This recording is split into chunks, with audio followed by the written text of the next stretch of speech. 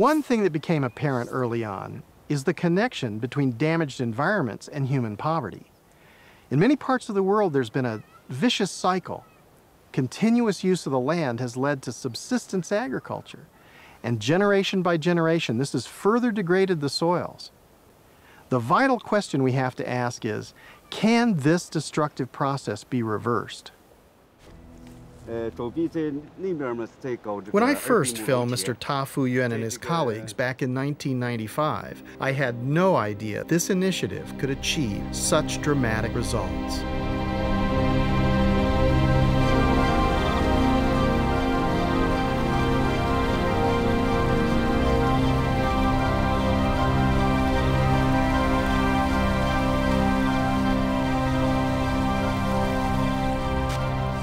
The effort that people put into converting their slopes into terraces has resulted in a marked increase in agricultural productivity.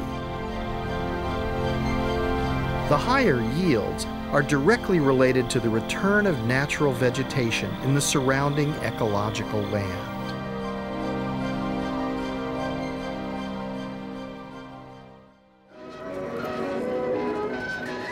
As a result of its success, the lessons learned from the Loess Plateau rehabilitation are now being applied all over China. But could such projects work elsewhere in less centrally controlled societies, with fewer resources and different soils?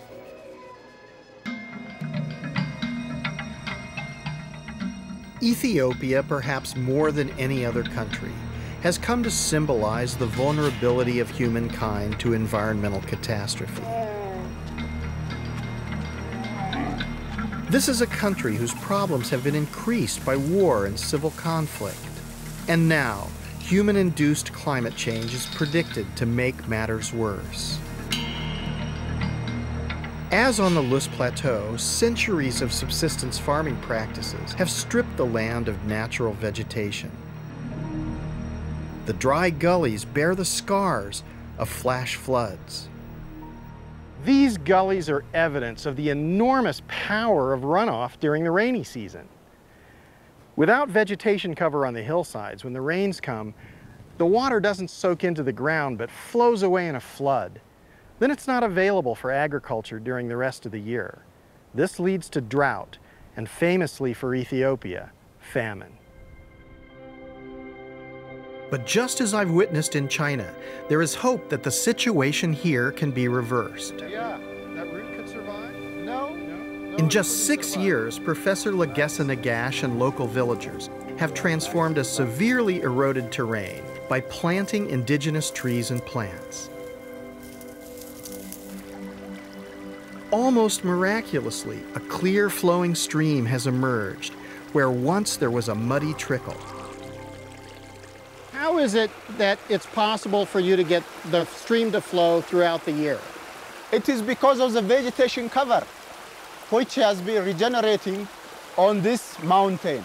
This water is maintained in the landscape because as soon as rain falls on the canopy on this vegetation, that rain then infiltrated gradually into the ground, ending up with this steady flow of this river.